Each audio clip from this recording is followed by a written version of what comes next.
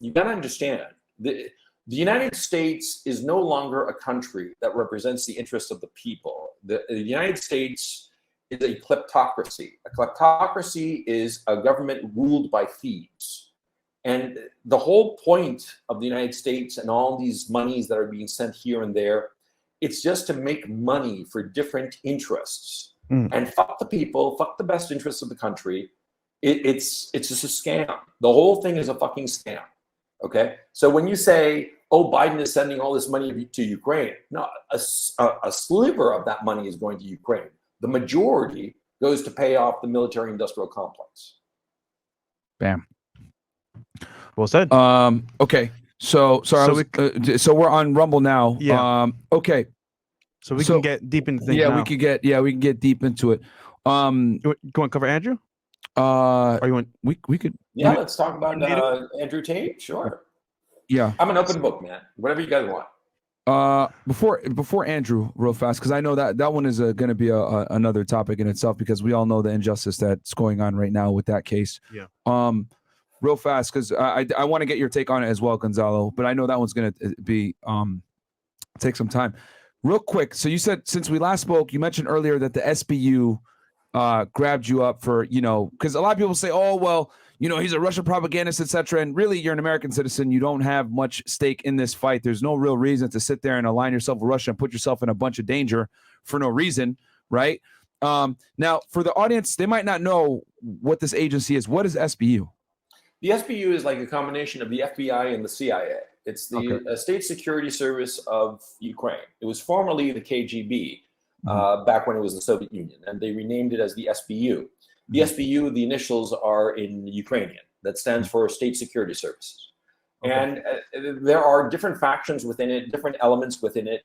I mean, imagine like the FBI and the CIA combined. Okay, there'd be parts of the CIA, of this big organization, that would do clandestine stuff and really nasty shit, and others that are just law enforcement and just normal shit, right? And so you have to understand that the SBU is more complicated. It's not just like they're all evil, okay? Yeah.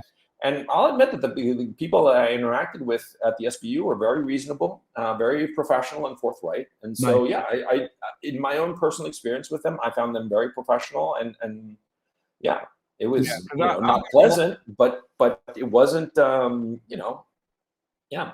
Yeah, when you went missing, man, I was like freaking out. I was like, man, I hope nothing happens to him, because because obviously you're one of the people that I rely on to kind of stay in touch with what's going on. And the thing I like as well, which you guys should all go check out his Roundtable channel on YouTube, is he brings other people in that have a vast knowledge of geopolitics, and they have discussions and help. I mean, you even bring people on that disagree with you. But what happens with those guys is that they start denying reality, and then that just pisses me off. And because I did one show with two guys who were like that, and it was deeply upsetting to me, because I knew that they were looking for a way to lie about the reality on the ground. And so, I can't stomach that bullshit. I mean, I just like, when somebody starts lying to my face, I'm like, fuck you. I mean, I'm not one of those guys who can like, accepts when somebody starts shoveling bullshit my way. Fuck you, And so, I'm not very happy with that episode, to tell you the truth, because I lost my temper. Because I was just pissed, because I knew that these fuckers know the truth and they're lying. Okay, that they know that they're lying, because see, guys, if I were talking to you guys and you say something to me that's just wrong, okay, but you say it out in good faith, you're not like trying to like pull one over me or your audience. I'm going to tell you, look, I mean, all respect, but you're wrong on this issue, and you're wrong for these reasons, okay? And I know you guys, and I know you'd be like, oh shit, okay, so what I thought was the truth is not actually truth, it's propaganda, or it's bullshit. And because you guys are honest brokers, right? Yeah. Shit. Did I drop out again? No, we got you. You're still here. So I know that you guys are honest brokers. So I'd be happy to patiently explain in as much detail as you want anything, because I know that you're not trying to bullshit anybody. But when I come across a couple of guys like these fuckers who are they know the truth and they want to keep on peddling lies. Oh man, that's just, I mean, come on. You guys are guys, when somebody is lying to your fucking face, how do you take it? You're like, fuck you, That's what happens to me.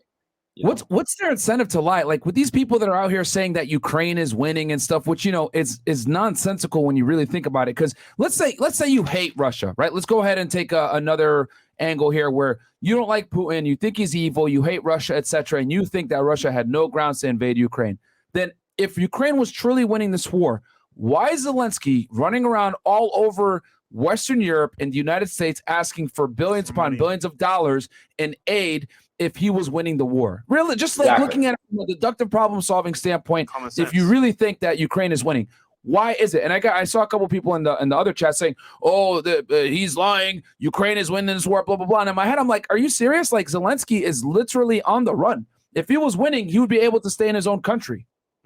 Yeah, exactly. And so, this bullshit that they're winning. On the one hand, a majority of people are just fools. They just don't know. They don't know the reality, and they're not digging into the reality. They're just going along with whatever CNN and the mainstream media tells them to, and they're just stupid. Okay, yeah. The bots. But then there's a group of people who know that they're lying, and those fucking people, they get elevated by social media, by YouTube and the various algorithms, Facebook and whatnot. They get elevated so that these liars have a huge audience. Look, if I wanted to make money off of YouTube, I'd start lying my ass off and saying all kinds of bullshit.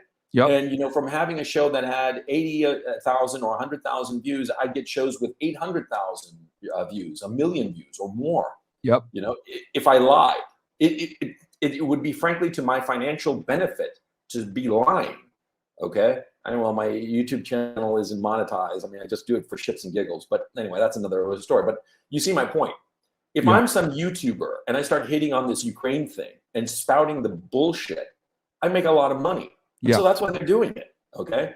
And you got to understand why the mainstream media is doing it too. You see, the mainstream media, CNN, New York Times, Washington Post, all the usual suspects, right? Mm-hmm. See, back in the day, they made money from advertising. Yeah. And so the advertisers didn't care about the content. They just wanted to put the ads in front of the eyes, right? And so these news outlets would do actual investigative reporting and find out what actually happened. Yeah.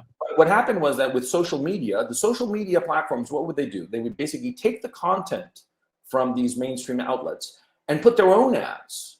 And so Facebook, Google, they made money from the ads, but not the content creators. And so the mainstream media, they started going down in their revenue. And so how did they make up for it? They started getting government grants. And in some countries, the mainstream media is fully funded by the government. In Canada, that's the case. In Germany, that's the case. And so these news outlets, they are no longer independent. Because if I'm paying you money, you're going to say what I want you to say. You're not going to say whatever the hell you want to say. And so that's what's happened. The mainstream media, since it's funded in part or totally by the government, they say the bullshit that the government is spouting, and they report it as news. And they can't get out of this Faustian bargain because their financial security depends on it. You see? And so that's why the mainstream media lies to you. They're basically whores. It's an ugly reality, but that's the reality. They have become whores. Yeah. And so the people in the mainstream media, they in particular are the people I hate the most because they know that they are lying, and they are lying for their financial benefit. Okay. Now, and I think that's an important distinction that, people understand that there's a strong incentive to tell people that Ukraine is winning because we are dumping quite a bit of money into this conflict, right? And there's obviously an incentive for the United States to be involved in this proxy war because Russia is an enemy to not just the United States, but NATO. So everyone is invested in having Ukraine fight this war on their behalf. So if we were to say, oh yeah, Russia only lost 20K, meanwhile, Ukraine's lost 157K, it would probably cause outrage all across the Western world. So for them, they have to kind of prop up this lie that no, Russia doesn't know what they're doing. They're incompetent in the battlefield, etc., which I'm sure Russia's made some mistakes as well. But I think at this point, it's very obvious that that Russia's winning. And for them to say otherwise, the public would go mad. Yeah, but they're slowly starting to lay the groundwork because it's becoming almost impossible to hide the losses. And so there's slowly, you're starting to see it in the mainstream media here and there, in the Telegram, a newspaper in the UK, in CNN, in different outlets, the New York Times. They're starting to lay the groundwork very gently that things aren't going their way insofar as the Ukraine situation is concerned. Oh, okay. Gotcha. So the Battle of Bakhmut. Yeah, sure. I've seen you talk about this, that it's a very important battle. It's something that a lot of the mainstream media isn't covering. But from what I understand, you've been saying that it's going to be a very pivotal battle. Can you describe what this battle is and why it's so significant? Sure. Because you see, the Ukrainians, over the 8 years between 2014 and 2022, they set up various lines of defense, okay, trenches, fortifications, and so forth, along strings of villages in this area, okay, right across from the Donbass, from behind which they were shelling the Donbass, as I explained before, killing 16,000 people over the 8 years that they've been doing this, right? Mm-hmm. Am I still there? Okay. Yeah, we got you. Go ahead. Okay. You mentioned so they have these layered defenses, okay, and they've been basically three big ones. I mean, I'm simplifying it, but for the sake of this conversation, basically three. And the Russians broke through the first, and the second one, which is hinges on Bakhmut. This is the second line, and it's the biggest line, the strongest line. And Bakhmut is this town that in and of itself is not important. It is a crossroads of several highways and train lines, right? But in and of itself, it's not the issue. What's happened is that it's become important because the Zelensky regime has been pouring so many troops into defending it. And so the Russians, they are carrying out an attritional warfare that is trying to grind down the Ukraine armed force. And so that's why they put so much attention on Bakhmut, because the Zelensky regime is trying to defend it so hard, you see? And so it becomes a paradox. Hello? Am I still on? Okay. You're still on. Yeah. Hang on, let me quit my camera real quick because I'll keep on talking and I'll go and get myself some coffee while we're at it. And that's the chair moving, okay? Somebody said the other day, was the fart? No, it's just the fucking chair moving. Anyway, and I'm gonna hobble along because the other day I crashed my motorcycle and I fucking fucked up my knee pretty bad. I'm not in the best of shape. But anyway, like I was telling you, Bakhmut in and of itself is not important, but it has become important because the Zelensky regime has poured so many troops into it to defend it. And so the Russians have countered by attacking it more and more fiercely to break through this line at Bakhmut. And so it's become a self-reinforcing cycle because as the Zelensky regime has lost forces, they put in more forces. They keep on doubling down on their bets, right?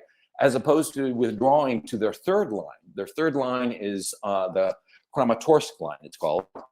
And so the Kiev regime, the Zelensky regime, is all hell-bent for leather on holding on to Bakhmut, and they keep on pouring in troops to do exactly that, and, hold on to this line. And this plays right into the hands of the Russians because the Russians, they don't have to go looking for the Ukraine army. The Ukraine army is coming to them. Okay. And so that's what's been going on. Now, think of the U.S. Civil War, right? Yeah. General Grant, Ulysses S. Grant, when he was named commander of the armed forces, he realized that his goal was to go looking for the Confederate army and defeat it. And so that's why the war, after he took command, started becoming this hunt throughout the South for the Confederate army, because Grant recognized that the way to win the war, the Civil War, was to destroy the Confederate army. See, that's why there was all this movement of troops running around all of the South of the United States during the Civil War as they were hunting for the Confederate troops, right? But here, what's happened is that they created static lines. The Ukraine forces created static lines of defense. And to hold these static lines of defense, they have to keep on shoveling soldiers to man these defensive lines so as not to have a breakthrough. And so it's played into the Russians' hands that, the Ukrainians bring their troops to Bakhmut, and the Russians do what I said before, which is they use their artillery to just fucking annihilate everything, okay, including these soldiers. And so this is what's been going on. And it's attritional warfare. It's like World War I warfare, which is something similar happened at that time, but of course with much less technology than we have today, but the same devastating effects. That's why the casualty figures are so high. Yeah. So at this point, right, it's a battle of attrition, which means time is on Russia's side versus not on Ukraine's side, which explains Zelensky's, desperation to secure more and more funding and aid, right, to buy himself more time. When do you estimate this conflict will more than likely come to an end, or Ukraine won't be able to prop up a fight anymore? And I remember you mentioned last show it should be over quickly, but I think it's way longer than that now.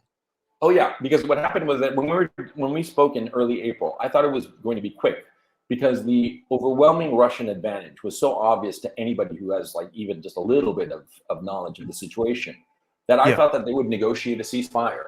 But for the reasons I explained, NATO and the United States, and embodied by Boris Johnson, made it very clear to Zelensky that they would not support him anymore if he signed any kind of ceasefire with the Russians, and that they had to go for broke.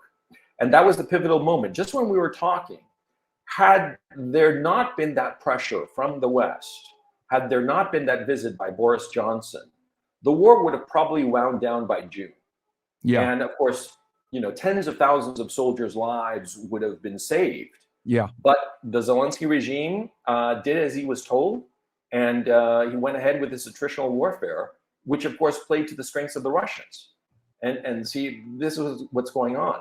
Now, the key issue here is that right now, Bakhmut is about to be operationally encircled. Operationally encircled means when, as a practical matter, hello, you there? No, we got you. We got you. Don't worry. Yeah, you said they're going to be encircled. As a practical matter. Yeah, and so it's about to be operationally encircled, which means that, see, there's no way for the troops to escape because the roads going out of Bakhmut are under what's called fire control. That is, the Russians have artillery positioned where they can hit that road anytime that they want to. So any kind of convoy or troops trying to evacuate can't leave because they'll be destroyed on the road. So that's what an operational encirclement is. And so, and by the way, I didn't know any of this shit before this conflict started, man. I didn't know fuck, but you pick it up. It's just like anything. When you pay attention to like some sport that you've never seen before, like you've never seen cricket before, but if you're into cricket for like 11 months, you learn everything about it, right? And that's what's happened to me. So it's not that I claim to be an expert. It's that, just by paying attention and looking at it very carefully and getting all the different viewpoints, this is what I learned. And so at this time, Bakhmut is about to be operationally encircled. It's something